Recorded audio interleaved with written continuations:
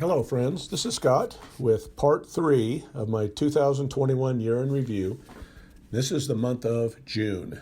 Now I thought May had a lot going on. It seems like I was busier in May, but in June there was a lot of things happening in both the flower and vegetable worlds.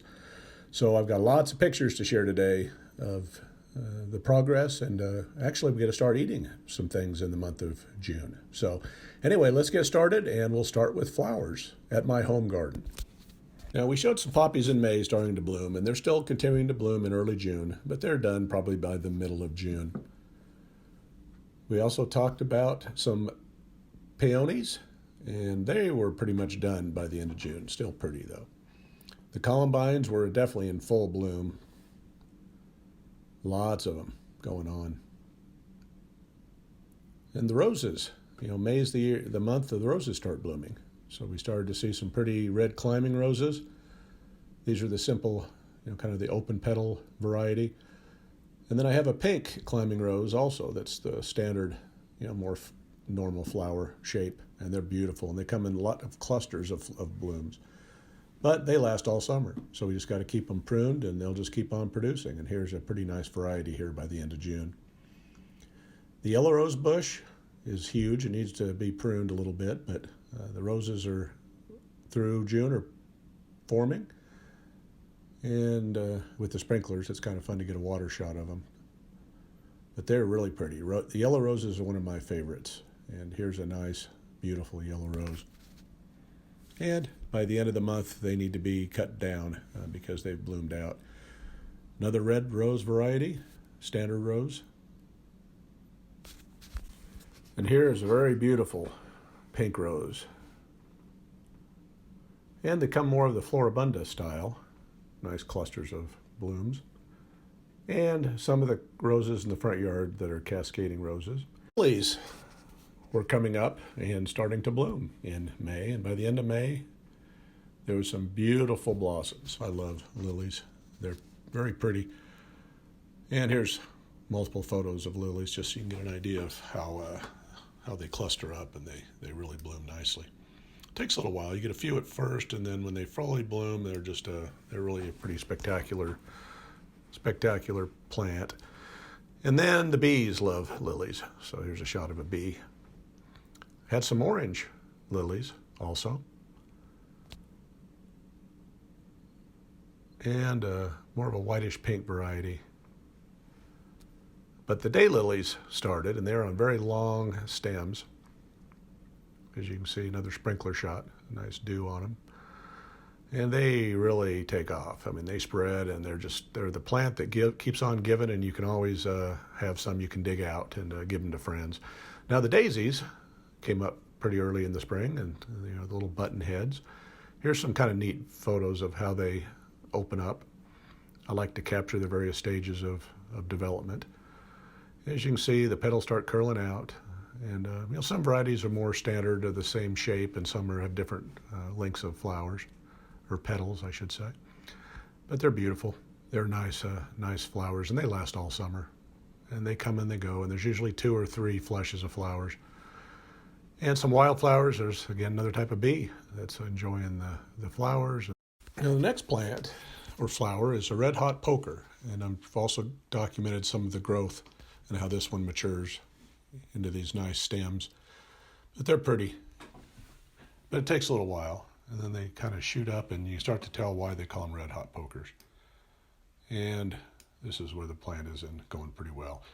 Now, the coneflowers, several varieties, a white and a pink I'm showing you here, but here's another series of photos of the stages of development as the petals grow, and then the middles sprout out, and then they start to curl down with their petals.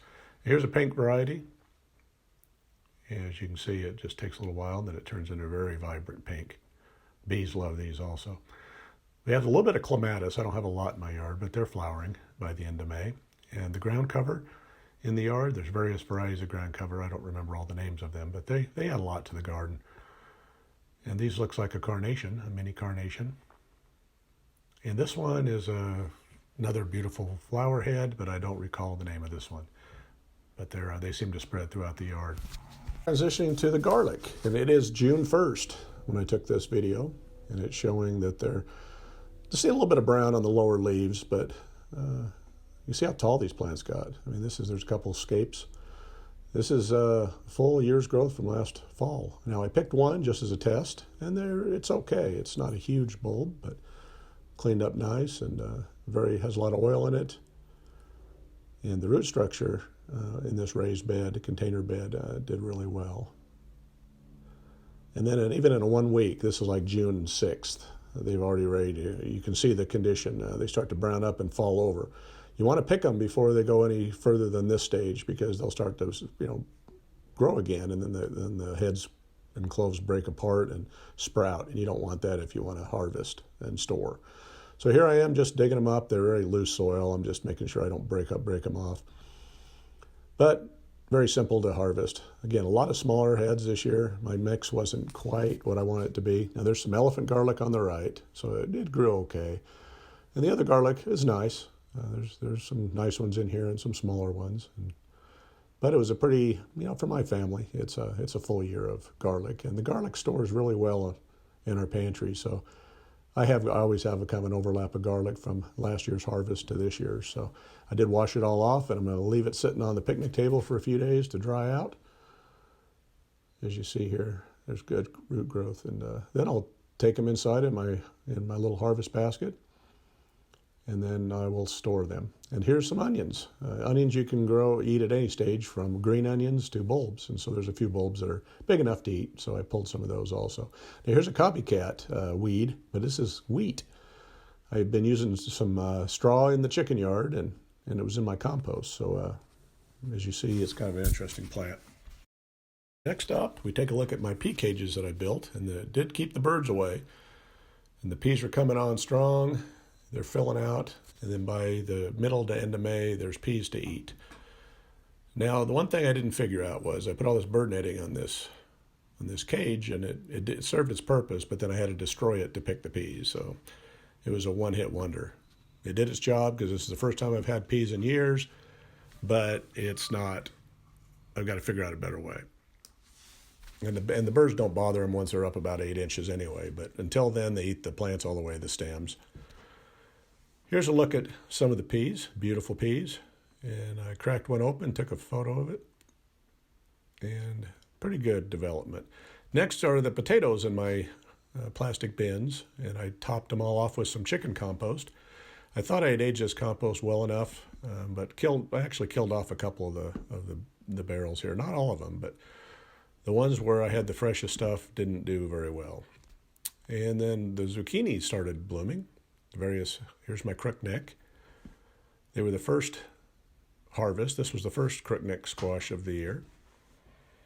And then I grew these little round zucchinis for the first time, and they were really tasty. I liked them, but they were kind of a one-hit wonder. Once they produced one flush of fruit, the plants did not do well after that. So I think it's kind of just a very one crop and done type of a thing. Now here's the standard green zucchini that you see tons of blooms. And the first of the green zucchini was a nice one. I didn't see it right away, and as zucchini, they grow. Here's the eggplant. As you see, there's a little flower on there, and a little bulb, little eggplant growing. And the pole beans, they didn't germinate really well, but some of them did, so they're getting a start. That was the beginning of the month, and it's a long way to travel. And then here's toward the end of the month, you see the growth. I replanted some, so they filled in. The green peppers did good in the earth boxes. And we actually had a couple of green peppers to eat by the end of June. And the Egyptian walking onions started to put on their bulb heads, and then some of these bulb heads continue to sprout out more and have other bulb heads. Now here's the horseradish. Take a kind of a quick look. And then there's the boxes, the earth boxes.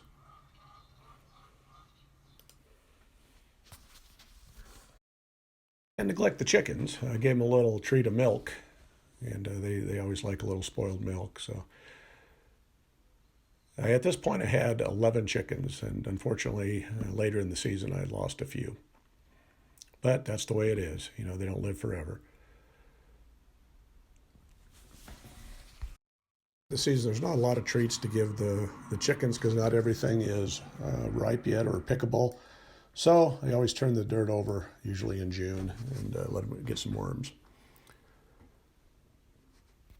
And when I do have some greens, I bring them to the chickens because they definitely like. And these are some tree prunings, and they still will eat that. It didn't look like they took much interest in it, but they were all gone by the next day.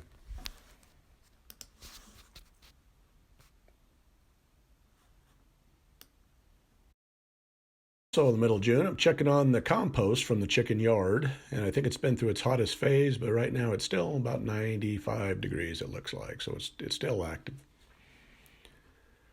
Now I transition to the fruit in the garden. Now the blackberries, bramble is doing very well, a lot of blooms, and the bees love the blackberries, so they pollinate it very well. And here's a good look at the flowers. And you start seeing some developing berries. They're awfully green to start with. You start seeing them flush. And they become a purple color. And then a rich purple color when they're ready. They're a little bit bitter, but let them go a little bit longer and then they're sweeter. Now this is the look at the raspberries when they first come out of dormancy in the 1st of May or late April. And then they put on their flowers. Beautiful little flowers. Then you start seeing after the pollination occurs, you start seeing the development of the fruit. A little bit of a blurry picture there, but they start to flush. And then you'll see some ripe ones along with the others. And raspberries are about a month and a half, 2-month crop. They come on and then you just keep getting a few here and there. And then even into the fall, you'll get a couple now and then. So none of these make it to the house. I'm usually out eating them as a snack. Now the strawberries came in May. And here's by the compost pit. I had planted some around and they did well. And then in my main strawberry bed, they weren't huge, but we had enough to eat for my small family. And they're nice berries. And the slugs were not bad this year, so didn't have much of an issue at all with bugs. On the urban orchard, nothing ready to eat yet, but the peaches are forming nicely on the dwarf peach trees. The Asian pears have tons of fruit, so they're very well pollinated. And I started pruning my main espalier tree. As you can see, it needed a little bit of a haircut here, and I did a whole video on that. It's my most popular video if you want to check in the titles, how to prune an espalier or espalier apple tree. So I got it all pruned up. There's about 50 fruit on this tree, and it's the first year that we got a significant fruit from this tree.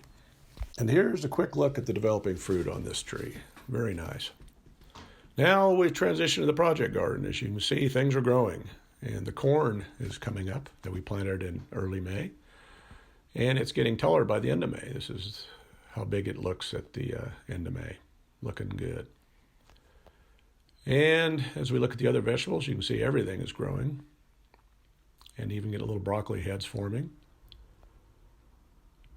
Now here are the potatoes on the very far right, and then we have some beets and carrots. But the potatoes are looking really tall, and they're starting to flower. So we're hoping for the big potato crop this year. Potato blossoms are coming whites and pinks and various colors. And we picked a few onions. Some are ready. Again, you can eat them in any phase. Now the turnips, they had some that were ripe and ready to eat. They got much bigger than this, but that's a perfect size to pick them, nice and sweet. And the tomatoes were forming on the vines, so we're going to have some tomatoes. We're a little late in Utah. It seems like it's the end of August, kind of before we get many tomatoes. And then the strawberries, we had quite a few at the project garden, but we had some bugs. Now I transitioned to project garden number 2, and this is a glance at all the weeding I did in this backyard of my buddies. I did some work in the front yard and put in some dark colored bark, which I'll show you later, that I put in my front yard at my house, but this whole area was just overgrown with weeds. The yard had gotten away from him a little bit, and he has a nice strip around the yard, and so my job was to do a little bit of pruning and come in here and weed it, and then put down a little bit of cardboard, and then we're going to bring in some bark mulch, and you'll get to see here in a minute what that looks like. Now here's the mulch, and I did bring just the cedar, the red cedar for the backyard. That was their preferred color for the back, and put some edging in, as you can see there. And it makes it look so much better with a little bit of weeding and a little just tidying things up and making it look sharp. But a little bit of bark. It's not cheap. It's probably for maybe 2 cubic yards. It's probably about $120 non-delivered. That's just picking it up in a pickup truck. So this yard, I think, took 4 loads or 5 loads of bark. So it was, it added up a little bit, but, $600 or so.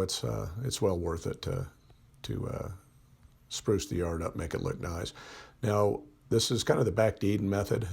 Preferably I would just use tree trimming service wood, but I didn't have access to it right now, so I just got the cedar bark.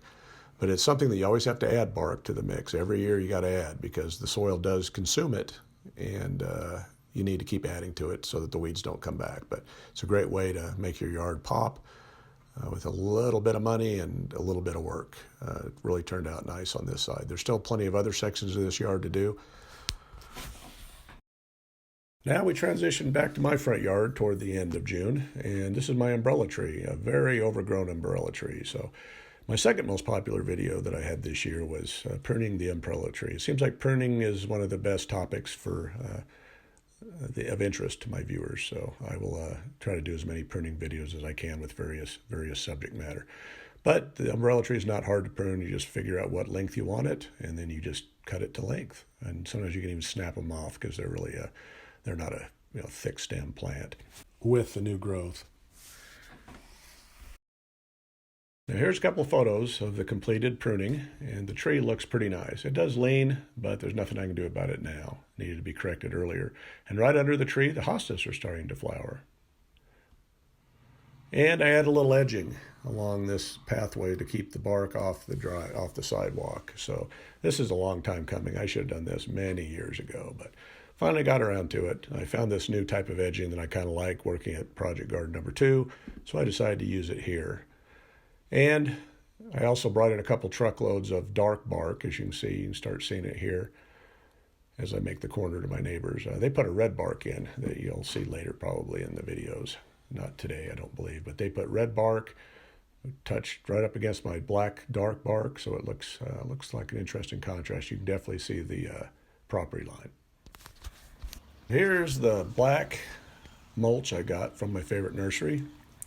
And I got a couple truckloads. This is 2 cubic yards per truckload, so 4 cubic yards. I still need one more truckload probably to finish the job, maybe 2. But as you'll see, putting it in, it definitely makes the yard look nice, much nicer. I have some rock pathways, and it's just the contrast and just looks really good, especially when it's wet. Another little panoramic view. But I've got more to do, so it'll take spring before I get this yard looking really sharp again. But it looks nice. It can't be all work and no play in the summer, so about the middle of June, we took a little trip camping to Starvation Reservoir in Utah. And we spent 4 or 5 days, I don't recall, camping and doing some water skiing and just enjoying being outside. We did have a lot of storms roll through, but it was very, very windy. But it was a nice trip. Good way to break up some of the workload. Here's a look at some of the storm clouds that rolled in every day. And then here's the first video ever of my dear old son, Mateo, water skiing for the first time. So he did awesome. It wasn't a long trip on the skis. Took him a couple tries, but he did pretty good. And a lot better than I would do. They usually just drag my butt across the lake. But he held on pretty good for a first-timer. Not too shabby. But he doesn't last really long as he takes a turf right here. Boom. Here's a look at my boy and his dog, Mr. Lincoln. I guess I cut his head off kind of in this photo. But Mr. Lincoln had a good trip. And there's Mateo and enjoying the sunset. And that's how we'll conclude this video. So look forward to part 4, which will be July, and most likely just July, because again, we're doing tons of stuff. But we'll see. The end of the year, I'll have a couple months put together, but this is being longer than I expected, but I'm enjoying it. It's kind of a nice diary of my year. So thanks for watching.